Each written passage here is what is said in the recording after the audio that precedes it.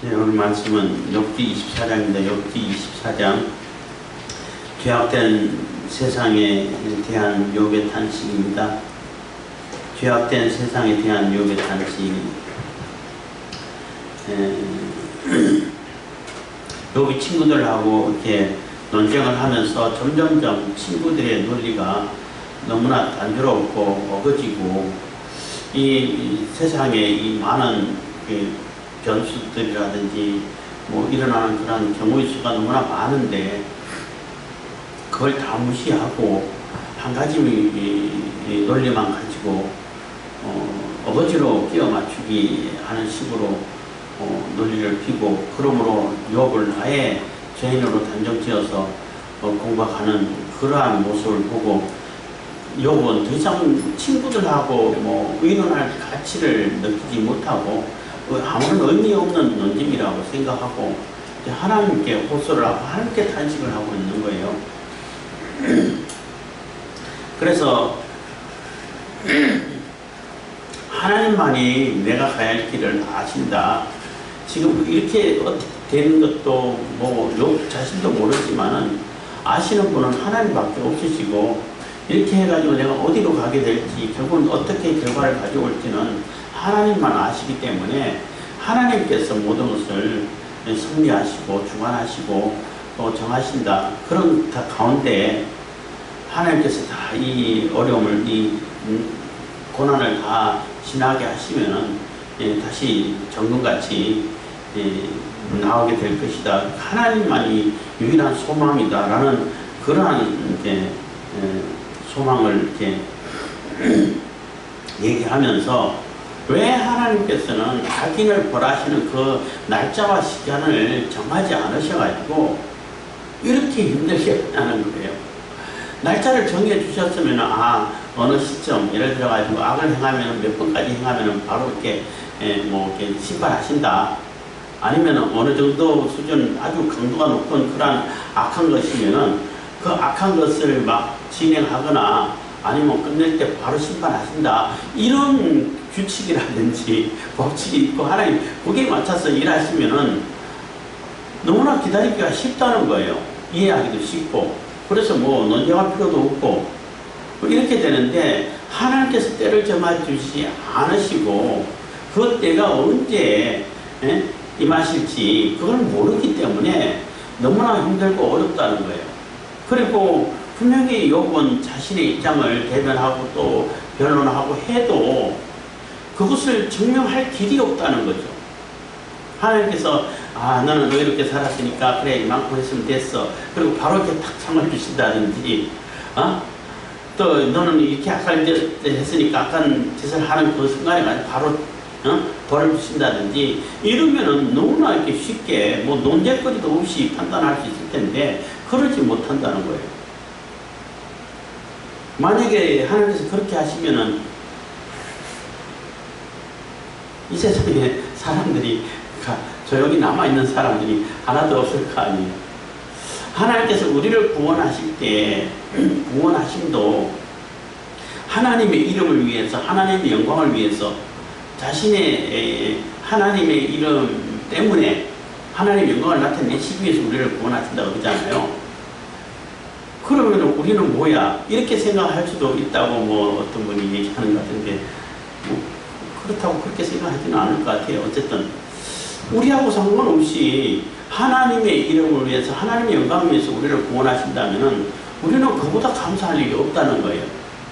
그렇잖아요.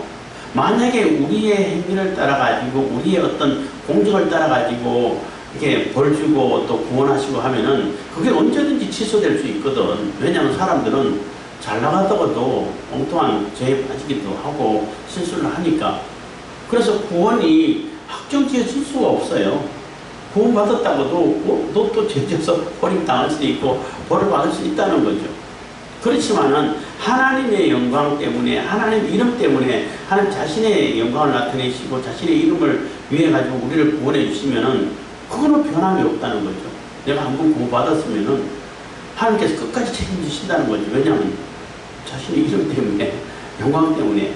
그래서 그게 오히려 더 큰 은혜고 영광이다. 이런 얘기를 들었는데 무슨 얘기 하다가 그것처럼 하나님께서 악인을 바로 벌하지 않으시고 의인을 바로 상 안 주신다고 해가지고 그 모든 일들이 불이하게 돌아가지는 않는다는 거예요. 결국에 가서는 다 정리가 된다는 거죠. 그렇지만은 하나님께서 바로바로 이렇게 심판하지 않으신 것은 우리에게 그만큼 기회를 많이 주시는 거예요. 우리 인간들에게 심지어는 극악무도한 악인들에게조차도 기회를 주시는 거예요. 회개할 수 있고 돌아올 수 있는 기회를 주시는 겁니다. 물론 그럼에도 불구하고 안 돌아오니까 더 혹독한 심판을 받을 수밖에 없게 되는데, 욥이 지금 탄식하는 것은 너무나 이 고통 가운데 있고 고난 가운데 있고 이해할 수 없는 상황이 있고 또 그런 가운데 있다 보니까 친구들은 계속 악인이다 너 그런 하나님께서 보실 때 뭐 진노할 수밖에 없는 그런 죄를 지었기 때문에 이런 재앙을 당한 것이다. 네가 당한 재앙을 보니까 넌 엄청 나쁘게 살았어.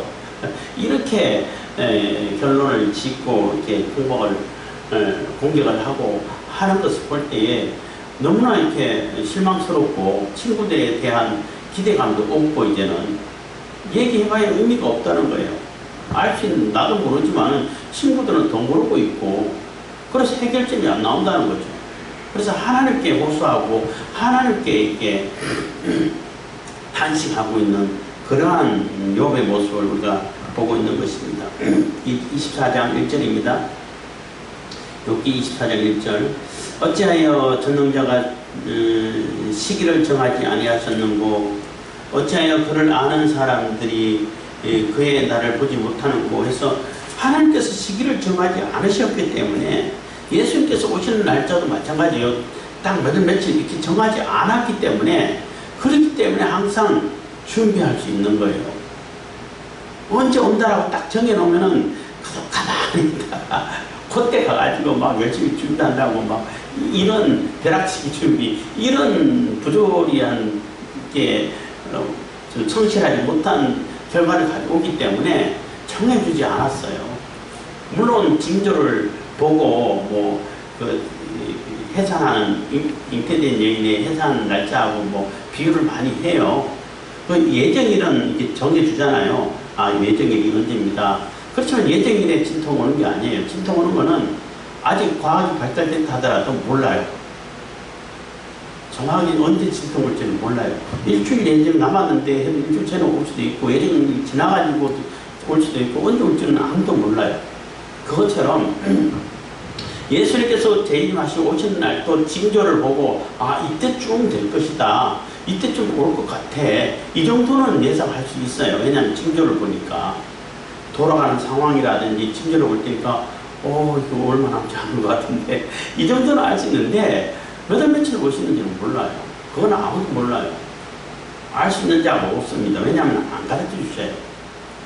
그거 가르쳐 주시면은 만약에 우리에게 가르쳐 주신다 하면은 지금까지 막 돌아다니고 한패 하다가 그때 날짜 딱 맞춰가지고 요런 이게 장깨를 부리기 때문에 그러지 않으신다는 거예요. 그렇기 때문에 언제 올지 모르기 때문에 항상 준비할 수 있는 그러한 성실함을 가질 수 있는 거거든요. 마찬가지 악인들에게도 이렇게 벌을 바로 내리지 않으시는 것도 지금이라도 돌이켜서 하나님을 깨닫고 하나님께로 돌아오고 하나님 법을 따라서 말씀 따라서 살게 되면은 지금이라도 살게 되면은 하나님께서 용서받을 수 있는 길이 있다는 것을 계속 기회를 주시는 거거든요. 심지어는 악인들이 죽을 때까지 그런 일들이 심판이 일어나는 일이 안 일어날 수도 있어요. 그거는 어차피 심판받아 버려진 존재이기 때문에 이 세상 사는 동안 그래 네가 이 세상 사는 동안이라도 그래 편하게 좀 지내봐. 결국은 너는 영원한 심판에 있을 거야 라는 얘기밖에 안 된다는 얘기죠. 그래서 시기를 정해주지 않았기 때문에 그래서 우리가 믿음이 필요하고 인내가 필요한 거예요. 그 욥도 마찬가지로 시기를 정하지 않고 계속 악인들이 이렇게 이 세상에서 막 설치고 다니는 걸 보고 너무나 불평하고 또 원망스러운 그런 이렇게 그 경향이 있다는 거예요. 너무나 불평가한 것이 많이 있다는 거죠. 그렇지만 뭐 하나님께서는 반드시 벌하실 것이다 라는 그런 믿음은 있는 것입니다. 어찌하여 그를 아는 자들이 그의 나를 보지 못하는 거. 그래서 어찌하여 그를 아는 자들이라는 얘기는 하나님을 알고 하나님이 반드시 악인을 벌하신다는 것을 알고 있는 우리들, 알고 있는 뭐 친구들도 마찬가지입니다만은, 그런 자들이 우리가 하나님을 믿고 하나님을 의지하고 하나님께서 반드시 상 주시고 벌하신다는, 구원받을 자는 구원하시고 또 심판하실 자는 심판하시고 하신다는 걸 분명히 아는데, 그 아는 사람들이 살아있는 동안에 그게 안 일어날 수도 있다는 거예요. 그래서 아는 자들이 그의 나를 보지 못한다는 얘기는 거의 태반 거의 99%가 그걸 못 보는 경우가 많다는 거죠. 그렇지만은 반드시 하나님께서는 심판하신다는 거예요. 그래서 하나님께서 때를 정해가지고 바로바로 심판하지 않으니까 그 악한 자들이 어떻게 사냐 하면은 2절입니다. 어떤 사람은 지게표를 옮기며 양떼를 빼앗아 기르며. 그래서 지게표라는 얘기는 땅의 경계표시잖아요. 경계표를 이렇게 옮겨놔. 누가 옮기겠어요? 권력 있고 돈 틈센 사람들이 이건 내 땅이 하고 뽑아가지고 딴 데로 옮겨놓고 내 거야, 이렇게 해버린다는 얘기죠. 요즘은 이제 뭐 인공위성도 발달되고 해가지고 그 등기표에 지적도라고 그랬나? 지적도 보면은 다 검거져 있어가지고 정확하게 아무리 옮겨놨다 하더라도 재면은 정확하게 나오기 때문에 요즘은 뭐 그게 큰 의미가 없을 수 있는데, 옛날에는 그런 기능이 없잖아요. 기술이 없잖아요. 물론 뭐 재는 기술이 나름대로 다 수학적인 공식을 가지고 할 수 있겠지만은 쉽게 이렇게 일반 사람들이 잘 이렇게 분별을 못 하잖아요. 그래서 딱 여기 경계표를 딱 꽂아놨는데 그걸 옮겨버리면은 설령 안다 하더라도 힘없는 자들은, 가난한 자들은 그게 옮겨졌다, 내 땅이 줄어들었다 라고 주장할 수가 없다는 거예요. 권력이 있고 힘든 자들은 이거 내 거야, 내가 옮겨놨으면 옮겨내진 거야 하고 뺏어버린다는 거예요. 그러니까 너무나 부당하고 억울한 상황이 많이 벌어진다는 거죠. 그래서 어떤 사람은 지게표를 옮기며 양떼를 빼앗아기면 양떼도 다 뺏어가지고 내 거야 하고 뺏어가버린다는 거죠. 고아의 나귀를 몰아가며 가부의 소를 볼모 잡으며. 그래서 고아가 나귀 한 마리를 가지고 그 나귀 한 마리 가지고 겨우겨우 생계를 이어가고 하는데 그것도 홀랑 뺏어가버리고, 과부의 소를 볼모 잡으면 소도 마찬가지죠. 하나밖에 없고 겨우 이제 그게 생계줄인데 그것마저 다 뺏어가 버린다는 거예요. 빈궁한 자를 길에서 몰아내나니 세상에 가난한 자가 다 스스로 숨는구나 해서 빈궁한 자를 길에서 다 쫓아내버리고 하니까 가난한 자들이 스스로 숨는다는 얘기는 나타날 수 없고 내 길거리에 나올 수가 없다는 거예요. 뭐 요즘은 옛날에는 전철 같은 데 가면은 노숙자들이 많이 있는 걸 볼 수 있는데 요즘 전혀 볼 수 없잖아요. 노숙자가 한 사람도 없어가지고 없을까? 물론 어떤 수용소에 있다라는 얘기를 듣긴 들었는데 다 뭐 어떻게 되는지. 그래도 요즘은 뭐 인권이 있고 하다 보니까 수용시설에 보내가지고 그래도 최소한의 생활을 할 수 있도록 이렇게 해주니까 우리나라는 굉장히 나름대로 뭐 좋은 환경에 있다고 볼 수 있는데, 옛날에는 막 가는데 특히 북한 같은 경우 뭐 장애인들은 평양에 들어가지도 못하게 한다고 그러잖아요. 다 쫓아내버리고. 그래서 그것처럼 빈궁한 자를 다 길에서 쫓아내갖고 없는 것처럼 하다 보니까 스스로 이렇게 숨을 수밖에 없고 나타내지 못하게 될 수밖에 없고 한다는 것입니다. 그래서 아모스서에 보면은 가난한 자의 머리에 있는 티끌을 탐낸다고 그래요. 그런 표현이 나와요. 그 얼마나 참 기가 막힌 표현이겠어요. 가난한 자 머리에 있는 티끌이 그 털어서 버려야 되는 티끌인데 그것조차도 탐낸다 그러면은 가난한 자들이 뭔가를 가지고 있는 꼴을 못 본다는 얘기예요. 뭐 있으면 다 뺏어버린다는 거죠. 그러니까 얼마나 악독하고 나쁘냐는 것입니다. 5절입니다. 그들은 거친 들에 들나귀 같아서 나가서 일하며 먹을 것을 부지런히 구하니 광야가 그 자식을 위하여 그에게 식물을 내는구나. 그래서 길거리에 시내에 읍내에는 들어올 수 없도록 쫓아내버리고 하기 때문에 나가면은 또 뭐 얻어 맞는다든지 심지어는 죽는다든지 부당한 일을 당하니까 스스로 숨겨서 도망가가지고 광야에서 그냥 헤매고 다닐 수밖에 없다는 거예요. 그래서 거친 땅에 들나귀 같다는 얘기는 들나귀도 뭐 누가 꼴을 주고 들나귀 불쌍해가지고 먹을 거 갖다 주고 그러지 않잖아요. 요즘 우리나라는 먹을 게 풍부해가지고 길고양이들, 옛날에는 돌고양이라고 그랬는데 길고양이들 가면 먹이도 막 주고 그러잖아요. 그런데 그렇게 안 준다는 거죠. 들어있는 나귀 누가 관심 있나요? 그래서 그 들나귀들이 없는 풀 조금씩 뜯어가지고 자기도 먹고 새끼도 먹이고 이렇게 어렵게 사는데 그런 상황으로 몰려간다는 거죠. 그래서 부지런히 구하니 광야가 그 자식을 위하여 그에게 식물을 내는구나. 광야가 식물을 내면은 광야에서는 얼마나 나겠어요. 여기저기 나있는 조그만 풀 조금밖에 없을 텐데 겨우겨우 이어간다는 얘기인 겁니다. 그냥 그 자연에서 그냥 겨우 먹을 걸 겨우 구해가지고 풀뿌리 뜯어가지고 먹는 것처럼 6절입니다. 밭에서 남의 곡식을 베며 악인의 남겨둔 포도를 따며. 그래서 밭에서 남의 곡식을 벤다는 얘기는 그러니까 유대인들이라든지 뭐 율법에도 그렇지만은 추수를 할 때에 밭에 있는 추수를 뭐 보리나 뭐 밀이나 이런 거 추수할 때에 거기는 벼가 없으니까 다 베면 안 돼. 기퉁이 얼마 남겨놔야 돼. 그래서 고아와 과부라든지 나그네들이 와서 그거라도 추수해가고 또 이삭도 죽으면 안 돼. 그들이 죽어가게 하기 위해 가지고 그렇게 하는데 그렇게 이게 줍는데 주워가지고 남의 밭에서 곡식을 이렇게 베가지고 먹을 걸 겨우겨우 구하고 있는데 악인의 남겨둔 포도를 딴다는 얘기. 악인들도 남겨두긴 두는데 일반 사람들은 그래도 고아와 가부를 위해서 나그네를 위해서 조금 뭐 그래도 먹을 수 있는 걸 좀 남겨놓고 뭐 최상품은 아니라도 먹을 수 있는 걸 남겨놓는데 악한 자들은 그런 거 남겨놓겠어요? 진짜 못 먹는 거, 먹으면 안 되는 거. 또 율법에 뭐 그때는 율법이 없었죠. 어쨌든 풍속이 그래도 남겨두는 것이 뭐 관습이고 또 법이라고 그러면 남겨두긴 둬야 되는데 아깝죠. 그러니까 정말 못 먹는 것 그런 것만 남겨놓는데 그거라도 따가지고 겨우겨우 생계를 연명하는 그런 정도밖에 안 된다는 거예요. 그러니까 얼마나 악한 자들이 악을 행하고 나쁘게 사는지를 설명해 주고 있는 거예요. 7절입니다. 의복이 없어 벗은 몸으로 밤을 지내며 추위에 덮을 것이 없으며. 그래서 의복이 없어 벗은 몸으로 밤을 지낸다는 얘기는 그 겉옷을 다 뺏어가가지고 담보로 잡아간다든지 해서 뺏어가지고 덮을 게 없다는 거예요.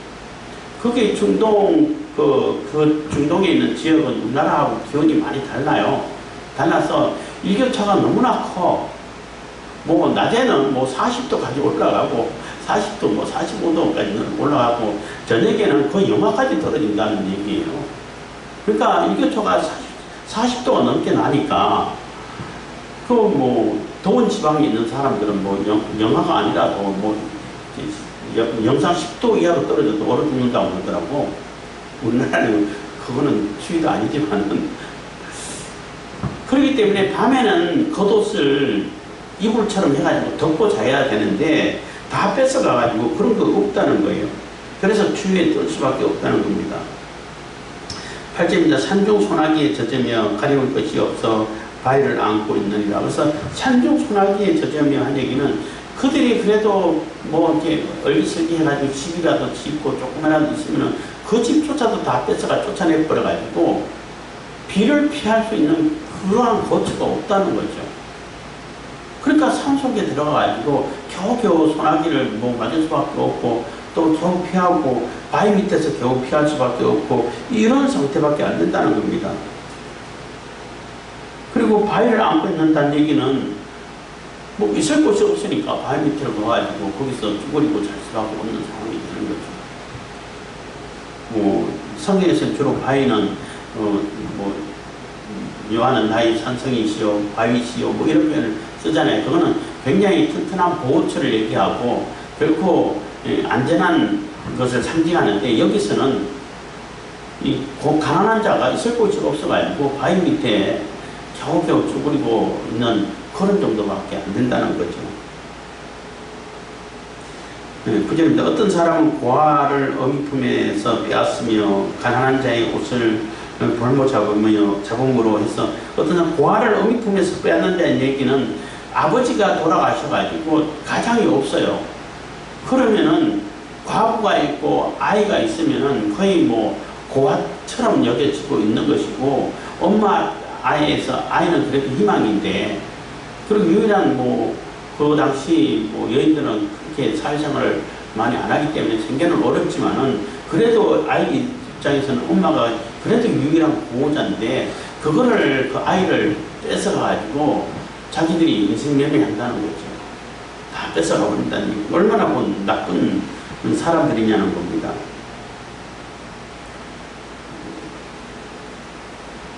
그래서 가난한 자의 옷을 볼모 잡음으로 그들이 옷이 없어 벌거벗고 다니며 줄이면서 곡식단을 들며, 그래서 너무나 힘든 가운데 줄이고 추위에 떨고 줄이면서 추리 가운데 곡식단을 이렇게 맨다는 거예요. 심지어 그 사람의 담 안에서, 그래서 그 가난한 자들이 가가지고 아무것도 없는데 배고픔이 있기 때문에, 또 그 나쁜 사람들, 또 돈 있는 사람들은 그들을 이렇게 불러서 일을 시키는데, 먹을 것도 안 주고 그냥 시킨다는 거예요. 또 노동력을 착취하는 거죠. 그래서 벌거벗고 다니면서 입을 것도 없고 이런 상태에서 일은 열심히 할 수밖에 없는, 곡식단을 매며 그 사람의 담 안에서, 그 사람은 이제 악한 자들을 얘기하는 거예요. 권력 있는 자들.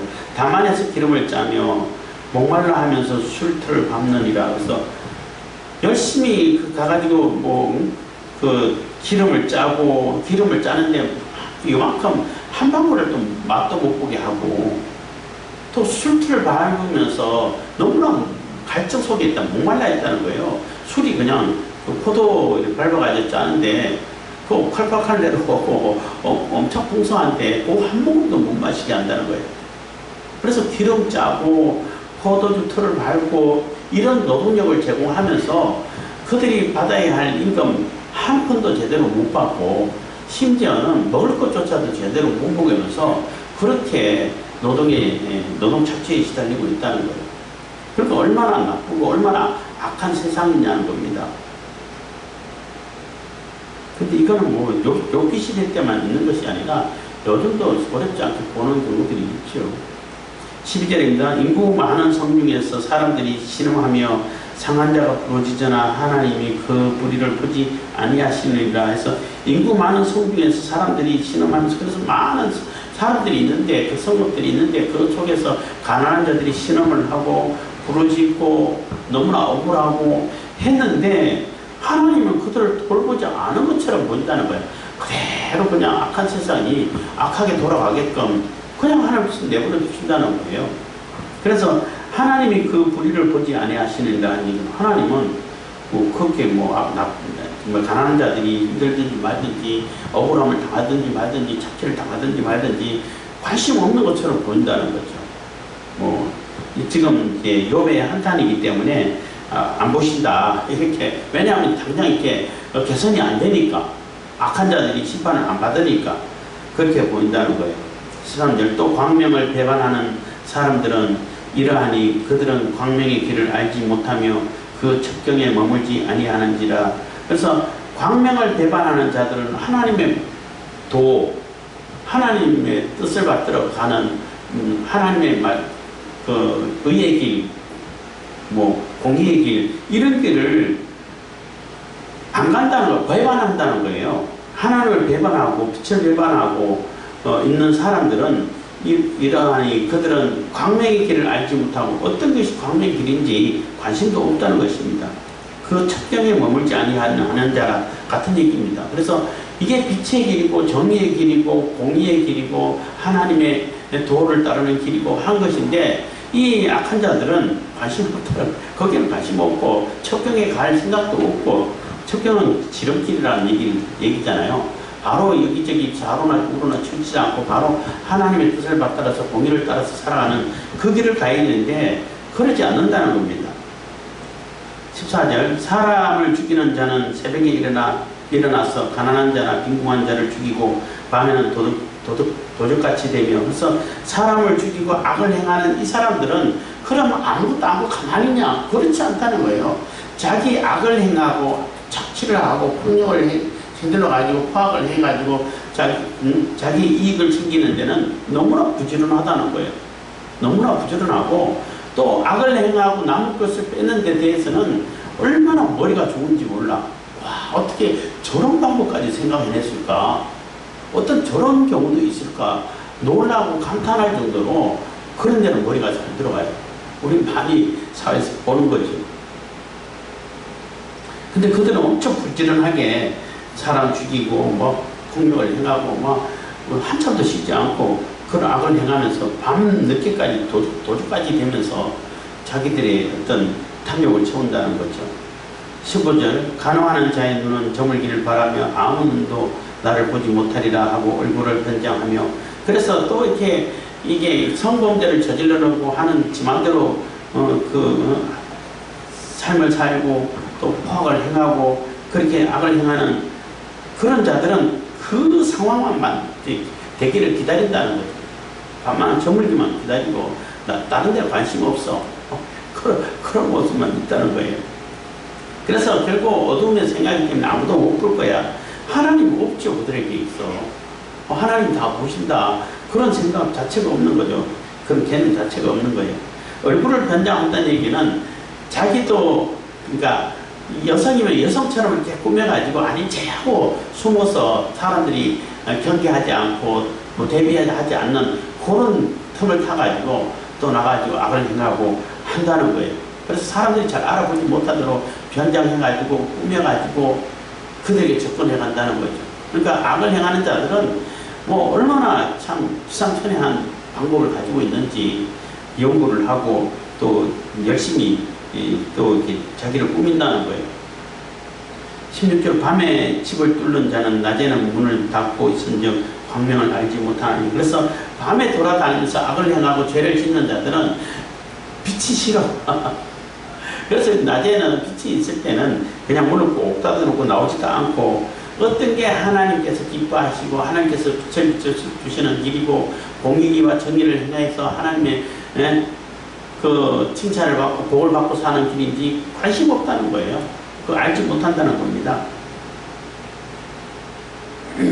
그들은 다 아침을 흑암같이 여기니 흑암의 두려움을 알미니라. 그래서 아침을 흑암같이 여긴다는 얘기는 차라리 낮이 되면은 겁이 나가지고 그게 이제 차라리 움직이질 않아. 그리고 이제 흑암의 두려움을 안다는 얘기는 자신들이 그렇게 악을 행하게 되면은 그 악의 결과가 어떠한지도 안다는 거예요. 사실은 알면서도 더 아무도 모르고 그것을 이렇게 자기들이 악을 행하는 것을 드러내지 못하게 하기 위해 가지고 더 감추고 더 어두움으로 숨어들고 이렇게 한다는 거죠. 빛으로 오히려 안 나오려고 그런다는 거예요. 알기 때문에. 아예 모르면은 낮에도 뭐 나가볼까 하고 나오겠죠. 근데 알기 때문에 낮에는 안 나오고 밤에만 돌아다닌다는 겁니다. 악한 어둠 세상, 어둠 세계만 쫓아다닌다는 것이죠. 18절입니다. 그들은 물 위에 빨리 흘러가고 그 사람은 세상에서 저주를 받나니 그들이 다시는 포도원 길로 행치 못할 것이라. 그렇지만 결국은 그들은 그들의 죄값을 다 받게 돼 있다는 거예요. 그래서 그들은 물 위에 빨리 흘러간다는 얘기는 그 악한 일을 행한다 할지라도 결국은 뭐 신속하게 아주 뭐 쏜살같이 이 세상이 흐르는 그 세월이 뭐 쏜살같이 하는 것처럼 편처럼 금방금방 흘러가게 되고 그 사람은 세상에서 저주를 받고 저렇게 살면 안 된다는 것이 결국은 하나님 심판을 인해 가지고 다 판결 나게 될 것이고, 그들이 다시는 포도원길로 행치 못할 것이라. 포도원길로 행치 못한다는 얘기는 풍족하고 내가 수고한 열매를 거둬가지고 정당한 열매를 거둬가지고 또 하나님께서 베푸신 복을 따라가지고 풍성한 삶을 못 산다는 거예요. 심판을 받는다는 얘기죠. 19절 가뭄과 더위가 눈 녹은 물을 곧 곧 말리나니 음부가 범죄자에게도 그와 같은 것인지요. 그래서 가뭄과 더위가 눈 녹은 물, 눈이 녹아가지고 물이 콜콜 흐르는데 촉촉하게 흘러서 그래서 물이 좀 흐르는가 싶었는데 이게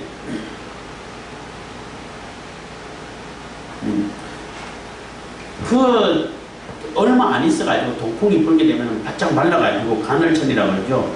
그냥 그 물이 없는 상황이 돼버린 것처럼 음부가 그러니까 죽은 자, 그러니까 범죄자가 가는 그런 지옥이라고 말할 수 있죠.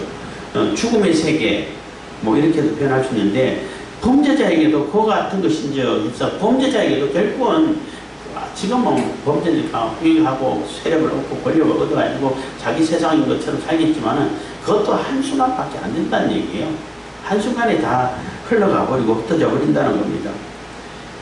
20절입니다. 태가 그를 잊어버리고 구더기가 그를 달게 먹을 것이라. 그는 기억함을 다시 얻지 못하나니 부리가 나무처럼 꺾이리라. 그래서 그 태는 이제 엄마를 얘기하는 거예요. 낳은 어머니를 얘기하는데 그 어머니도 결국은 그렇게 다 사라지고 아기도 죽어가고 하면은 다 잊어버리죠. 뭐. 그래서 기억하는 사람들이 없고 구더기가 그를 달게 먹는다는 얘기는 그것 또한 다 죽는다는 거죠. 그렇게 악을 행해도 뭐 천년 만년 사는 것이 아니라 다 죽을 수밖에 없고 죽게 된다는 거예요. 심판받게 된다는 겁니다. 죽음을 피해갈 수 없고 심판을 피해갈 수가 없다는 것입니다. 그래서 그는 기억함을 다시 얻지 못하나니 부리가 나무처럼 꺾이리라. 21절 그는 잉태치 못함으로 해산치 못한 여인을 학대하며 과부를 손대지 아니하는 자니라. 그래서 자기가 잉태하지 못하니까 자기가 뭔가를 생명력을 나타내지 못하고 생산을 할 수 없는 그런 상태라 보니까 자기하고 비슷한 사람들을 꼴을 못 보는 거예요. 내가 아이를 못 낳는데 쟤도 애를 못 낳아. 쟤를 보니까 내가 애 낳지 못하는 게 화가 나. 그래서 그들 또한 또 죽이고 또 뭐 해코지하고 한다는 것입니다.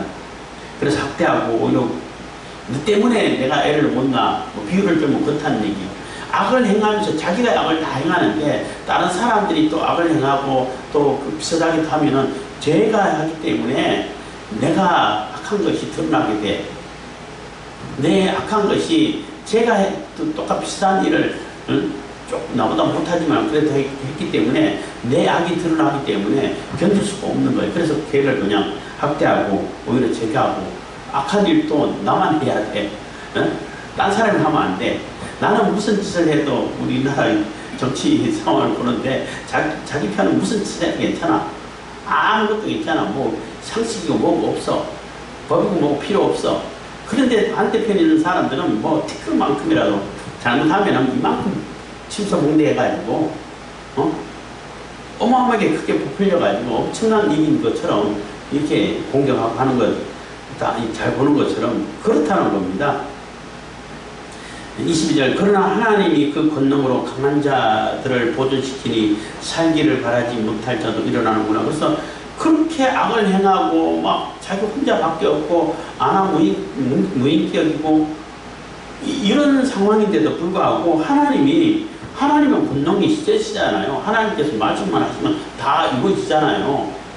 하나님이 그런 어마어마한 권능을 가지고 계시는데 곁에는 내버려 두신다는 거예요. 내버려 두시기 때문에 오히려 보호하는 것처럼 보인다는 거예요. 악인을 보존하는 것처럼 악인은 아무도 건드리지만 악하게 살도록 내버려둬 이렇게 하는 것처럼 보인다는 거죠. 왜냐하면 지금 욥이 자기는 그런 죄도 안 졌는데 워낙 고통을 당하고 있고 또 악한 자들은 뭐 그대로 평안하게 살고 있는 그런 상태를 보고 하다 보니까 하나님이 그대로 버려두고 그대로 오히려 보호하는 것처럼 이렇게 보인다는 거예요. 그러다 보니까 살기를 바라지 못할 자도 일어나는구나 하는 얘기는 살기를 바라지 못한다는 얘기는 반드시 죽어야 할 사람이라는 얘기죠. 그렇잖아요. 죄는 너무나 극악무도하기 때문에 죽어야 돼. 반드시 죽어 없어져야 될 사람인데 오히려 그런 사람들이 일어나가지고 세력을 잡고 권력을 잡아가지고 자기 세상인 것처럼 그렇게 한다는 거예요. 그러니까 너무나 부당하고 이렇게 죄악된 세상, 악한 세상을 보고 있다는 거죠. 23절 하나님이 그들을 호위하사 평안케 하시나 그 눈은 그들의 길이 있구나. 그래서 하나님이 그들을 호위하사 호위하고 이 악인들을 보호하는 것처럼 보여. 그래서 평안케 하고 평안하도록 내버려 두고 있는데 하나님의 눈은 그들의 길이 있다는 얘기는 그들 하나하나 다 살펴보고 있다는 거예요. 겉으로 얼핏 보기에는 악한 자들을 하나님께서 보존하고 지키고 보호하고 아무도 악한 자들을 제하지 못하도록 오히려 하나님께서 막아서는 것처럼 보이는데 하나님은 그들의 악행을 다 살펴보고 계신다는 거예요. 다 살펴봐서 심판하시겠다는 거죠. 24절입니다. 그들은 높아져도 잠시간에 없어지나니 낮아져서 범인처럼 재앙을 당하고 곡식 이삭같이 배임을 입느니라. 그래서 다 하나님께서 살펴보시기 때문에 결국에는 하나님께서 심판하신다는 거예요. 왜 그렇게 오랫동안 내버려 두시고 그렇게 극악무도한 짓을 해도 아무도 가서 또 안 하는 것처럼 보이는데 하나님께서는 하나하나 다 따져보시고 살펴보셔가지고 결국 그들을 심판하신다는 거죠. 높아져도 잠시간에 없어지나니 잠깐이고 낮아서서 범인처럼 재앙을 당한다. 다 심판을 당한다는 거예요.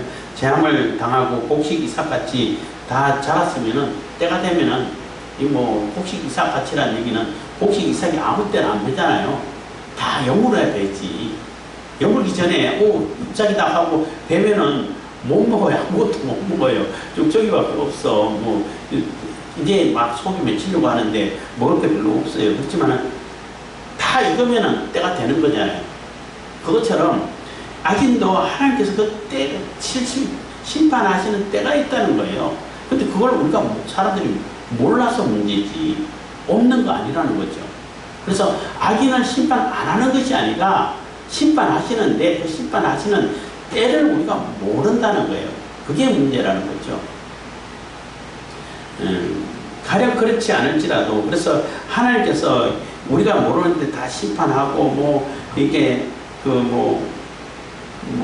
때가 돼가지고 다 이렇게 소멸시키고 심판하고 이렇게 하지 않는다 할지라도 내가 지금 얘기한 거 이런 극악무도하고 제약된 세상에 대해서 탄식하면 이 탄식이 돼가지고 누가 거짓되다고 지적할 수 있겠냐는 거예요. 현실이 그렇지 않냐고. 그렇잖아요. 하나님께서 언제까지 내버려 둘지는 모르겠지만은 내가 믿기는 반드시 심판하시는데 심판 안 하셔도 그건 하나님께서 하시는 거기 때문에 어떻게 우리가 할 수 있는 일이 아니라는 거죠. 그렇지만 내가 지금 이 불평하고 탄식하고 이 죄악된 세상을 고발하고 있는 이 고발이 누가 거짓말이라고 얘기할 수 있냐는 거예요. 친구들에게 너희들 한번 얘기를 해봐봐. 응? 내가 한 얘기가 잘못된 얘기가 있어? 이 세상이 너희들이 얘기하는 것처럼 그렇게 기계적으로 탁탁탁 돌아가면 얼마나 좋겠냐마는 세상은 그렇지 않아. 하나님이 오히려 악인들을 보호하는 것처럼 이렇게 보이는데 물론 나도 여 자신도 그네들은 다 하나님께서 심판하신다는 것을 믿음을 가지고 있어요. 결국은 인과응보, 선상, 허락 이게 사필 규정 이런 게 다 이루어진다고 믿고 있어요. 있는데 우리가 알고 있는 그 시점에 가지고 안 이루어진다 할지라도 하나님께서 반드시 심판하실 텐데 그게 우리가 볼 때는 그 심판을 이루는 것을 못 본다 할지라도 그렇지 않을지라도 한 얘기가 가령 그렇지 않을지라도 한 얘기가 그 얘기예요. 우리가 그것을 못 보고 심판이 이루어진 것을 못 보고 그냥 우리가 죽어 없어진다 하더라 이 세상을 떠난다 할지라도 누가 내 얘기를 반박할 수 있겠냐는 거예요. 한번 반박해보라는 얘기인 겁니다. 그래서 친구들에게 하는 얘기는 너희들 어떻게 그렇게 단순하냐. 이 세상의 현실을 외면하고 너희들이 가지고 있는 고지식만 가지고 굳이 고집을 하고 거기에 모든 것을 끼워 맞추려고 하냐. 이 세상은 그렇지 않아. 이 악한 세상을 어디 가서 호소할 수 있냐는 거예요. 지금 당장 죄를 짓고 악을 행하는 그 사람들을 보면서 하나님께서 심판 안 하시는데 그걸 우리가 어떻게 할 수 있겠냐는 거예요. 그렇기 때문에 그 반대 경우도 물론 있죠. 의를 행하는데도 너무나 많은 고난을 겪는 그런 경우가 있는데 그거를 우리가 어떻게 단정 짓고 어떻게 결론을 내려가지고 내가 다 아는 것처럼 이렇게 얘기할 수 있냐는 거예요. 그래서 이 불의하고 불합리한 이 세상이, 죄악된 세상이 너무나 이렇게 안타깝고 원망스럽고 탄식을 쏟아놓을 수밖에 없는 그런 상황인데, 그렇지만 하나님께서는 반드시 심판하시고 결론을 내주실 거라는 겁니다. 내가 그것을 못 본다 할지라도, 우리는 뭐 인간은 짧으니까 순식간에 지나가지만은 나중에라도 하나님께서 반드시 심판하실 거라는 그러한 믿음을 이렇게 토로하고 있는 것입니다. 기도하겠습니다. 하나님 주님 감사합니다. 이 시간에 은혜